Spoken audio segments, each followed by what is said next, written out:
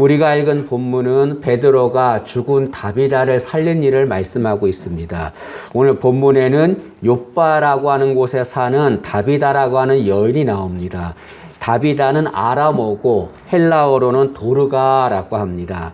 이 다비다는 어떤 여인입니까? 36절에 이 여인에 대해서 나오는데 첫째로 다비다는 주님의 여제자였다라고 말합니다. 성경에는 주님의 제자가 나오는데 그들은 모두 다 남자입니다. 그런데 다비다는 주님의 여제자입니다. 이 다비다는 성경에서 유일하게 여제자로 불린 사람입니다. 다비다가 이렇게 주님의 여제자로 불린 것은 그가 주님의 명령을 잘 따르며 살았기 때문에 그렇습니다. 여러분, 다비다가 사는 욥바가 어떤 곳입니까? 이것은 요나가 하나님의 명령을 어겼던 곳입니다. 하나님이 요나에게 요나야 니느웨로 가서 복음을 전하라 라고 말씀했습니다. 근데 요나가 하나님 명령을 거부하고 다시스로 가려고 합니다. 그 다시스로 가려고 배를 탔는데 그곳이 바로 욥바지요. 요나는 욥바에서 하나님의 명령을 따르지 않았습니다. 그러나 다비다는 이 욥바에서 주님의 명령을 따르며 살았지요. 그래서 여제자라고 불렸습니다. 또한 이 다비다는 선행과 구제를 많이 한 여인이다라고 말합니다.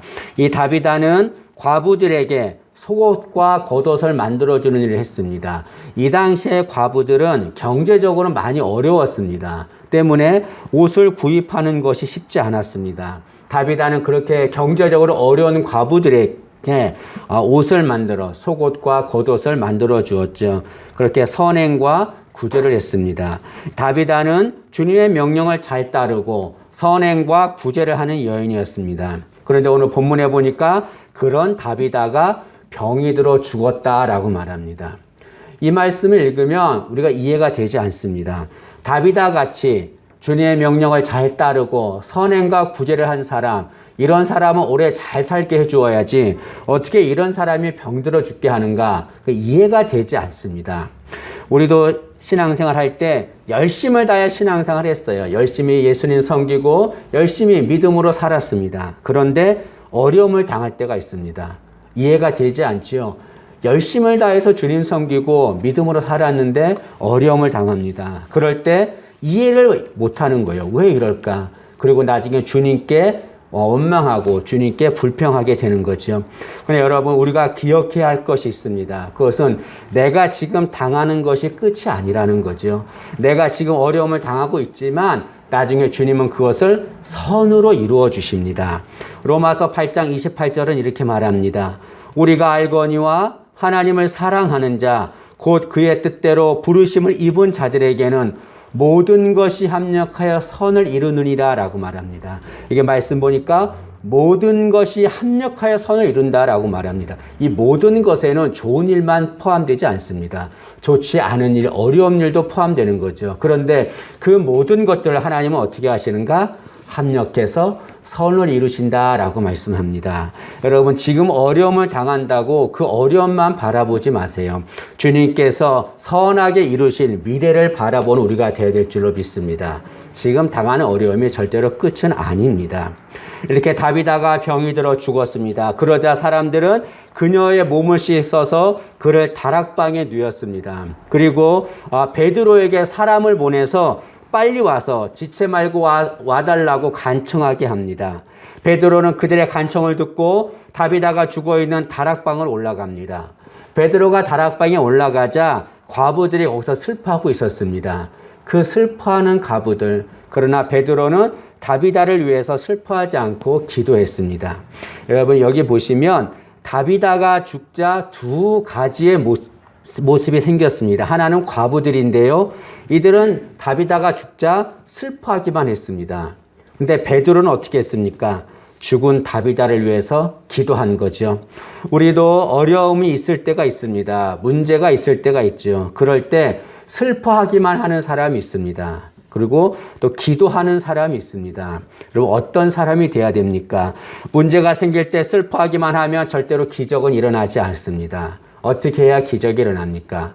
문제가 있을 때 기도해야 되는 거죠. 기도할 때 기적이 일어납니다.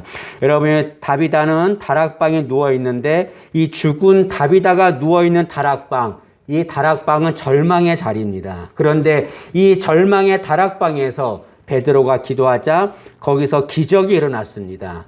여러분, 아무리 절망의 자리에 있다 할지라도 기도하시면 그곳이 기적의 자리가 될 줄로 믿습니다. 어려움을 당할 때 슬퍼하지만 말고 하나님 앞에 기도하기를 바랍니다.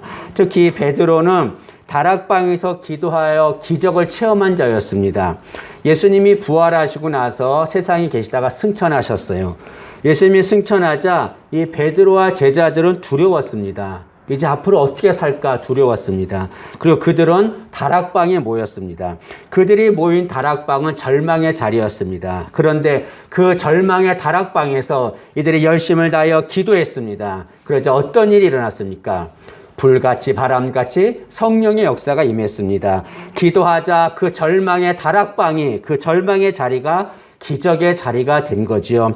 베드로는 예전에 자신의 다락방에 기도하여 기적을 체험했기 때문에 이 다비다가 죽은 이 다락방에서도 기도하면 기적이 일어날 것을 확신하고 기도한 거죠. 우리도 마찬가지입니다. 어려움을 당할 때 슬퍼하지만 말고 그 자리에서 기도해야 합니다. 그러면 그곳이 기적의 자리가 될 줄로 믿습니다. 여러분, 내가 누군가를 일으키려면 먼저 내가 일어나야 합니다. 내가 일어나지 않으면 누군가를 일으킬 수가 없는 거예요. 근데 여러분, 내가 어떻게 하면 일어날 수 있습니까? 기도하면 일어날 수 있는 거죠.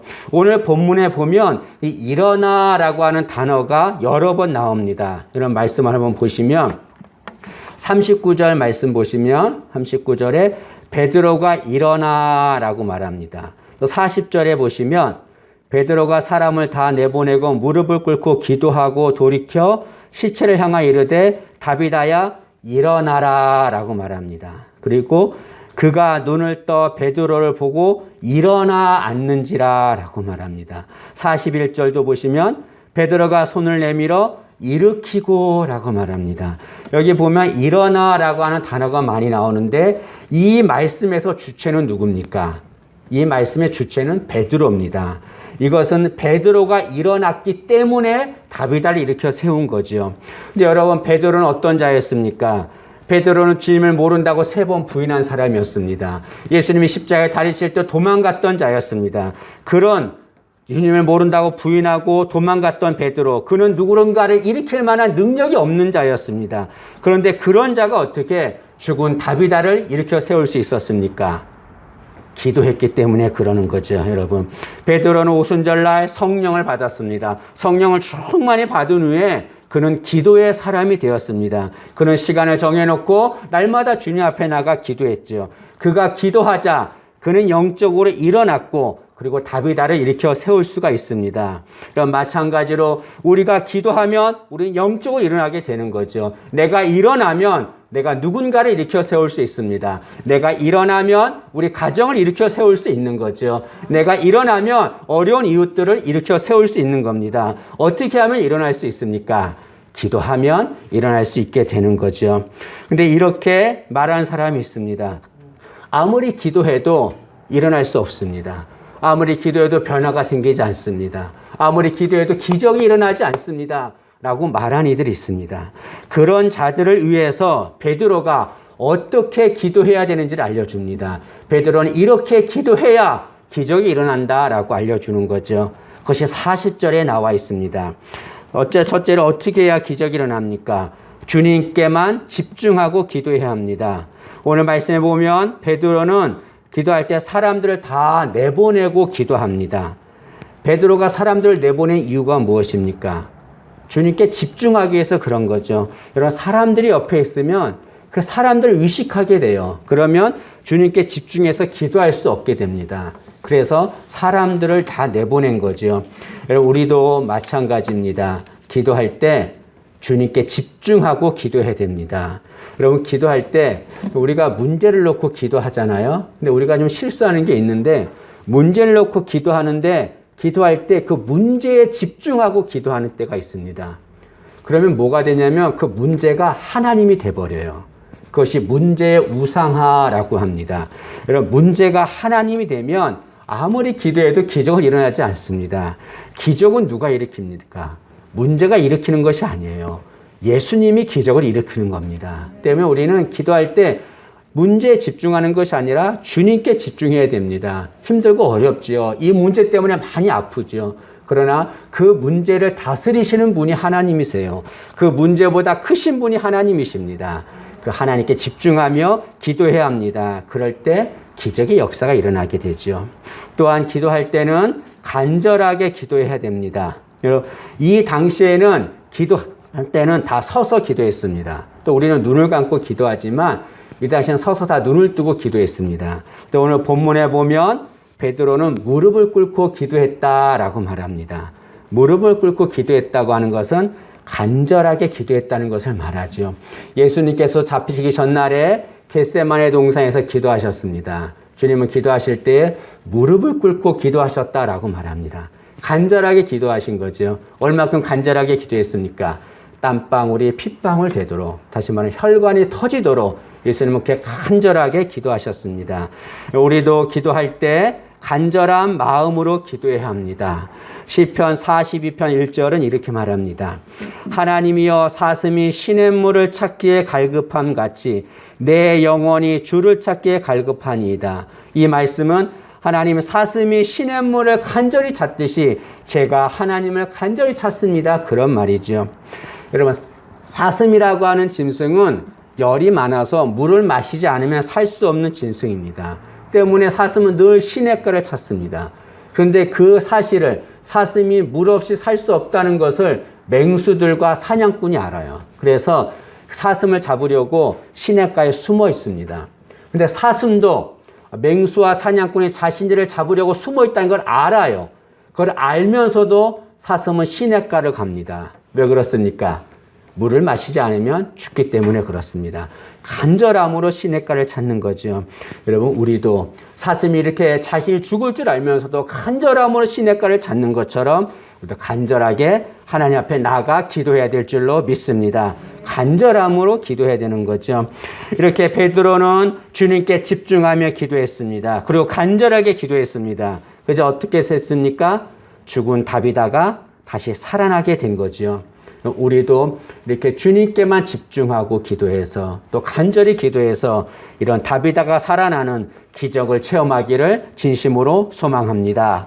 그런데 오늘 이 베드로는 이 다비다를 살릴 때 뭐라고 말하냐면 다비다야 일어나라 라고 말했습니다. 오늘 40절 말씀 한번 보시죠. 베드로가 사람을 다 내보내고 무릎을 꿇고 기도하고 돌이켜 시체를 향하여 이르되, 이런 볼펜이 있으면 이렇게 쫙 표시를 하세요. 다비다야 일어나라 하니 그가 눈을 떠 베드로를 보고 일어나 앉는지라. 이 베드로는 다비다를 살릴 때 뭐라고 그랬냐면 다비다야 일어나라 라고 말했습니다. 여러분, 베드로는 왜 이런 말을 했습니까? 그냥 이렇게 세우면 되는데 다비다야 일어나라 라고 말했을까요? 그것을 봤기 때문에 그래요. 주님께서 이렇게 말씀하셔서 죽은 자를 살린 것을 보았기 때문에 그렇습니다. 한 회당장이 예수님께 나와서 예수님, 제 딸이 죽어갑니다. 제 딸을 살려주세요라고 주님께 도움을 요청합니다. 주님께서 그 회당장의 딸을 고치려고 그에게 가는데 가는 사이에 그 딸이 죽고 말았습니다. 사람들은 낙심하고 절망했죠. 이제 딸이 죽었으니까 이제 살아날 수 없을 거라 생각했습니다. 그러나 주님은 그 죽은 회당장의 딸을 향해서 뭐라고 말씀하셨습니까? 달리다 굼이라고 말씀했어요. 그러자 그 소녀가 다시 살아났습니다. 여러분, 달리다 굼에서 이 달리다라고 하는 말은 소녀야라는 말이에요. 굼 이런 말이 일어나 그런 말입니다. 그래서 달리다 굼 그러면 소녀야 일어나라 그런 말이죠. 베드로는 주님이 그 소녀를 향해서 달리다 굼이라고 말씀하시면서 그 회장장의 딸을 살리는 모습을 봤습니다. 그리고 나서 생각한 거죠. 나도 이렇게 기도하면서 주님처럼 말하면 주님이 이 다비다를 살릴 것이다 라고 확신했습니다. 그래서 다비다야 일어나라라고 말한 거죠. 여러분, 다비다야 일어나라라고 하는 말이 무슨 말입니까? 다비다 굼 이런 말이죠. 이것은 달리다 굼 이 말과 문자 하나만 다른 것입니다. 여러분, 회당장의 딸을 살리신 기적을 행하신 주님, 그리고 그 주님이 베드로가 기도하자 죽은 다비다를 살렸습니다. 이것은 뭘 말합니까? 우리도 이렇게 베드로처럼 기도하면, 주님께 집중하고 간절히 기도하면 우리에게도 이런 기적을 행하신다는 것을 말씀하는 거죠. 여러분, 다비다처럼 죽은 많은 어려움이 우리에게 있습니다. 개인적으로 어려움이 있습니다. 가정적으로 어려움이 있고 직장에 어려움이 있습니다. 이렇게 아무도 알 수 없는 이런 고통 속에 있는 우리들, 그럴 때 우리가 할 일은 무엇입니까? 절망하는 것이 아닙니다. 절대로 절망하지 말고 주님께 나와 기도해야 합니다. 주님께 집중하면서 간절함으로 기도하면 주님께서 죽은 다비다를 살리신 것처럼 우리의 문제를 해결해 줄 줄로 믿습니다. 여러분, 기도하여 죽은 다비다가 문제를 해결받은 것, 죽은 다비다가 살아난 것처럼 우리도 기도해서 죽은 다비다 같은 우리의 모든 문제가 해결받는 은혜가 임하기를 진심으로 소망합니다. 여러분, 주님은 죽으신 분이 아니세요. 주님은 살아계십니다. 지금도 시퍼렇게 눈을 뜨면서 살아계신 분이십니다. 그 살아계신 주님이 그 옛날 기적을 행하셨던 것처럼 지금도 우리에게 기적을 행할 것입니다. 사람들은 죽으면 살아날 수 없을 것이라 말합니다. 아닙니다. 주님은 하실 수 있습니다. 살아계신 주님, 그 주님께서 우리가 기도하면 주님은 그 죽은 다비다와 같은 우리의 문제를 해결해 줄 줄로 믿습니다. 우리 모두 기도해서 죽은 다비다와 같은 그런 문제가 해결받는 은혜가 임하기를 진심으로 소망합니다. 기도하겠습니다. 예수님, 은혜를 감사합니다. 죽은 다비다, 인간의 힘으로는 살릴 수 없지만 주님은 살리셨습니다. 다비다 일어나라 라고 말할 때 죽은 다비다가 살아났습니다. 주님, 저희들에게도 죽은 다비다와 같은 많은 어려움이 있습니다. 우리 힘으로 살릴 수 없지만 주님은 살릴 수 있습니다. 주님, 다비다 일어나라 라고 말씀하여 주시고 다시 소생시켜 주옵소서. 우리에게 있는 모든 문제가 해결받고 응답받는 역사가 임하게 도와 주옵소서. 예수님의 이름으로 기도합니다. 아멘.